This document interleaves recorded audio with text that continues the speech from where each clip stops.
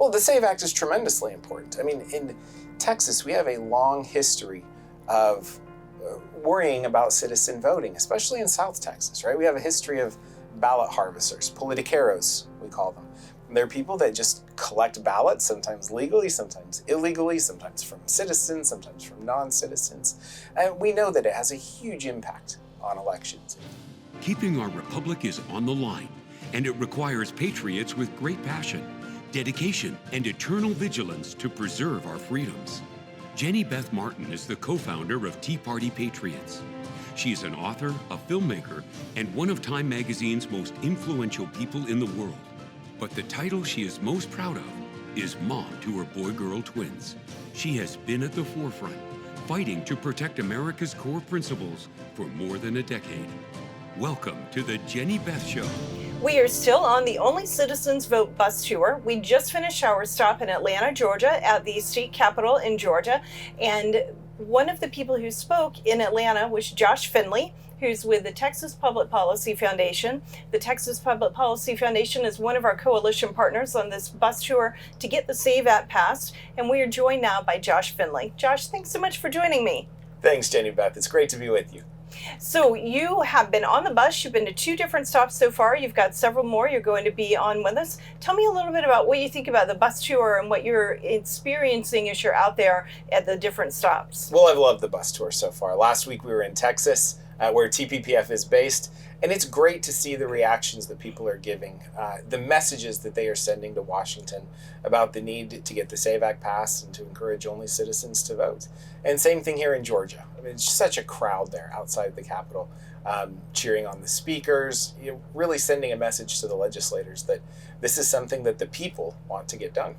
Yeah, it's very important, and people seem to agree with us as we're moving across the country for the most part. We're running into a few protesters here and there, but by and large, when we're stopping in hotels, stopping at restaurants, gas stations, people come up and ask what's going on and want to know more about it. So I'm very hopeful we can get this bill passed into law. Tell me, why is it that the Texas Public Policy Foundation is working on election matters, election integrity matters outside of Texas? Well, elections are very important in Texas. This goes back all the way to 2020. If you'll remember, the Attorney General of Texas, and this was a pretty big deal, sued the state of Pennsylvania following that election, saying that the terrible election that Pennsylvania ran was diluting the votes of Texans. The Supreme Court decided not to hear that case. I mean, there wasn't anything that could really come of it. But since then, Texas is focused on improving its own elections and then exporting, best practices to other states where possible. At the same time, we want to hear what the other states are doing really well. And so kind of having this two-way system reaching outside the borders of Texas to improve election integrity has really been a priority of TPPF since then. That's really good. And where all have you been focused outside of Texas?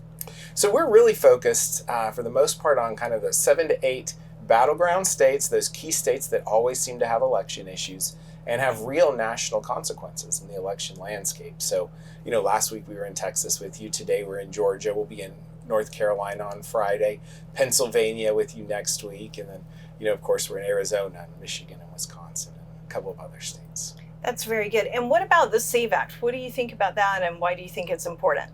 Well, the SAVE Act is tremendously important. I mean, in Texas, we have a long history of worrying about citizen voting, especially in South Texas, right? We have a history of ballot harvesters, politiqueros, we call them. And they're people that just collect ballots, sometimes legally, sometimes illegally, sometimes from citizens, sometimes from non-citizens. And we know that it has a huge impact on elections in Texas. And we've got to get better regulations as far as making sure that only citizens vote in Texas. But that applies across the country as well. So like we said earlier, the vote of Texans are not diluted.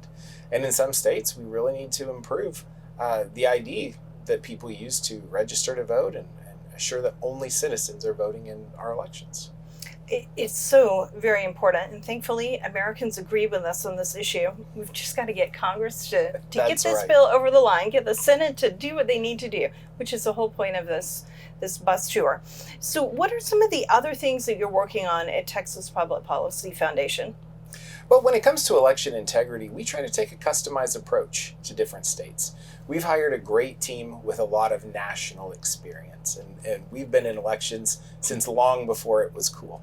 But we look at different states, and we would tackle an issue in a state like Nevada that is a only mail-in voting state much differently than we would a state like Georgia, for example.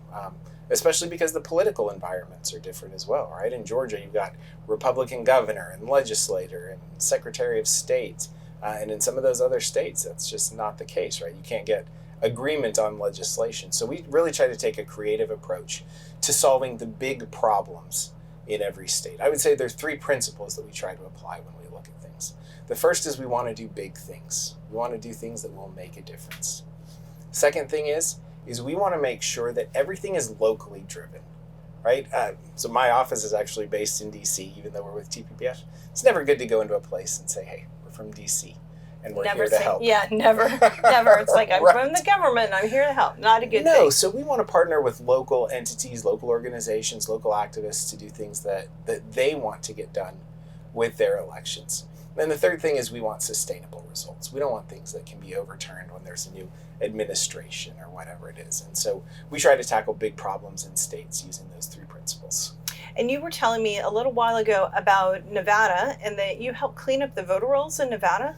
Yeah, so we partnered with a great organization in Nevada. And you know that cleaning the voter rolls is one of the hardest things to do, right? Because local administrators don't want to look at the data. Courts don't want to hear cases about cleaning voter rolls. There's disagreement about how to interpret federal laws about when you have to clean voter rolls. But we did this very cool thing where some of our local grassroots activists met with the Clark County, Las Vegas administrators. They came to an agreement that said, if you get a wet signature saying that this voter no longer lives at this place, we will move them to an active status. It's huge. It's huge. We were able to help supercharge that program. And through a long series of events, forced the Secretary of State to take some action on this as well, and ended up getting about 100,000 people moved to an active status in Nevada, which if you look at the vote margin there, it's a pretty impactful thing that we did. And a lot of states, either at the state level or the local level, have been hesitant to move people to an inactive status, even though they no longer live somewhere or there's clear evidence that they shouldn't be registered to vote in that location anymore. So the fact that you got this done in Nevada is amazing. 100,000. Well, it's a combination of a couple of things. We had great local partners who worked with sensible election administrators. And then they put pressure on the Secretary of State. Sometimes there's limits to what we can do from the outside. Right. But putting pressure and showing, election officials that certain things need to be done, it's the best way to go about it if we can.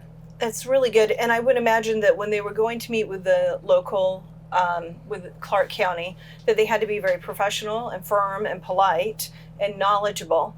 And sometimes the activists are very fired up and they get up there and they let all that emotion show through. And when you're going to meet with the employees like that, those are government employees, it's good to kind of put tamp down on those emotions and be much more professional in your demeanor. Well, one thing that we always need to remember is these election administrators, for the most part, are trying to do a good job. That's right. They don't sign up for these positions to have their name in the news and to make headlines, right? And they want to run good elections. And we need people who are administering the elections. We have to have that. We totally do. Yeah. That's exactly right. And so I didn't come up with this phrase, but we tell everybody, be right and be polite. Go in with facts and be as nice as you can be, right? That's how you persuade people. The other thing to remember about this, and this is something that we've really focused on, is the left for a long time has focused on these election administrators as a way of getting elections run the way that they want. There was an article that Politico published just before, I think, the 2022 election, where they said these Bucks County election laws Bucks County local elections are so important because if we don't win, the race is going to be run under Republican rules. Well, what that means is if you do win, that's going to be run under Democrat rules, is what they're saying, right? Right. These races should just be run under the law. And so we have to communicate with these election administrators, give them our good, solid, conservative interpretations of the law, and how to do things. And for the most part, they're responsive as long as we go in with good intentions and good information. Okay, now that is an example where things are working well. And then we have Fulton County, Georgia. That's where right. things are a little messed up. Do you want to tell people what's going on in Fulton County? Well, Fulton County, the most absurd thing is happening there. Yes. So under the law, the local Republican Party has the ability to appoint people to the local election board. And they have chosen to appoint 2 Republicans to the local election board. Now, under some quirk of the law, the county commission still has to vote to let these people on, even though the law says they shall be appointed. As long as they meet like 3 criteria, which they do. I don't That's remember right. what they are, but they meet the 3 criteria. That's exactly right. So it says shall. It says shall. That means they have to be appointed to the board as long as they meet that criteria. Well, the Fulton County Commission is choosing not to seat these people on the election board, even though they meet the criteria. And under the law, it says they have to be appointed. And there was a court case on this today where the judge ruled that those county commissioners were in contempt of the law by not seating them, and is fining these county commissioners $10,000 a day It's for huge. violating this. That shows how serious that this court is taking this. And that's a big deal because Fulton County is not always on the side of election integrity. Right. But here they are really sending a message that this is important.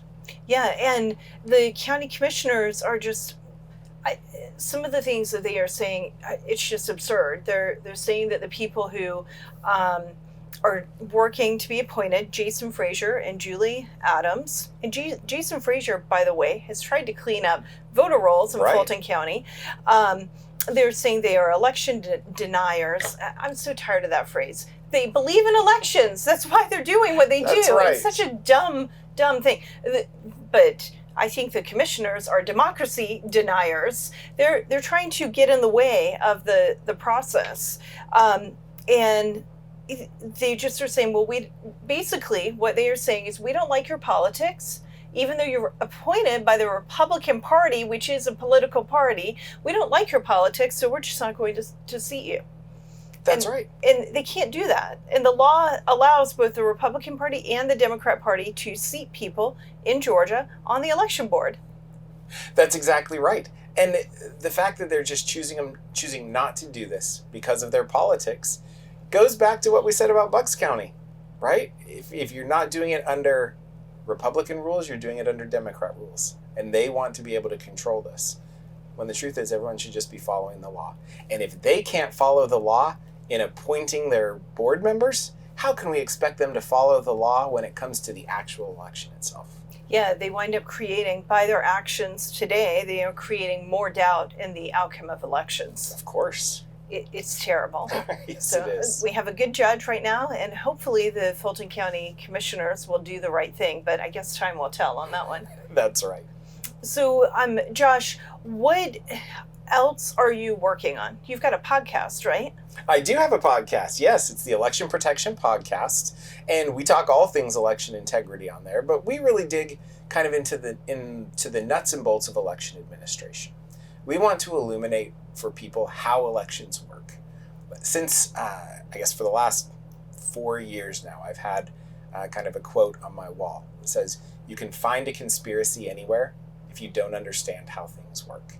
And so we want to let people know how things work when it comes Right. to our elections.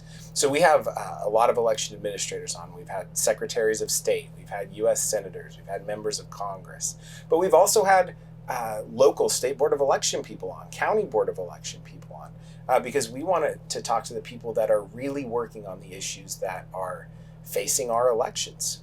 And so a couple of highlights that we've had so far this year are Michael Watson, the Secretary of State of Mississippi, who is now the head of the National Association of Secretaries of State. He's a really good guy. He's great, and he came on to talk about his priorities, both for Mississippi, but also in his national role and what he wants to push.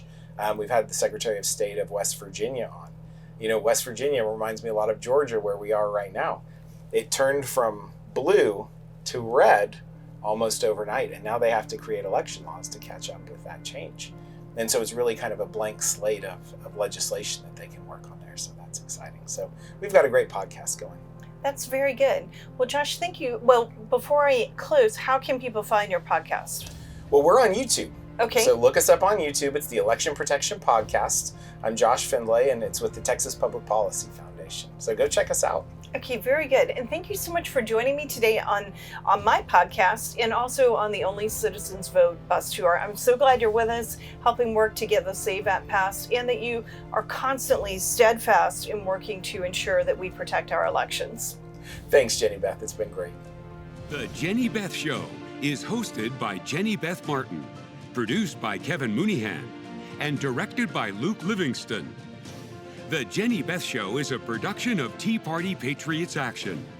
For more information, visit teapartypatriots.org. If you like this episode, let me know by hitting the like button or leaving a comment or a 5-star review. And if you want to be the first to know every time we drop a new episode, be sure to subscribe and turn on notifications for whichever platform you're listening on. If you do these simple things, it will help the podcast grow, and I'd really appreciate it. Thank you so much.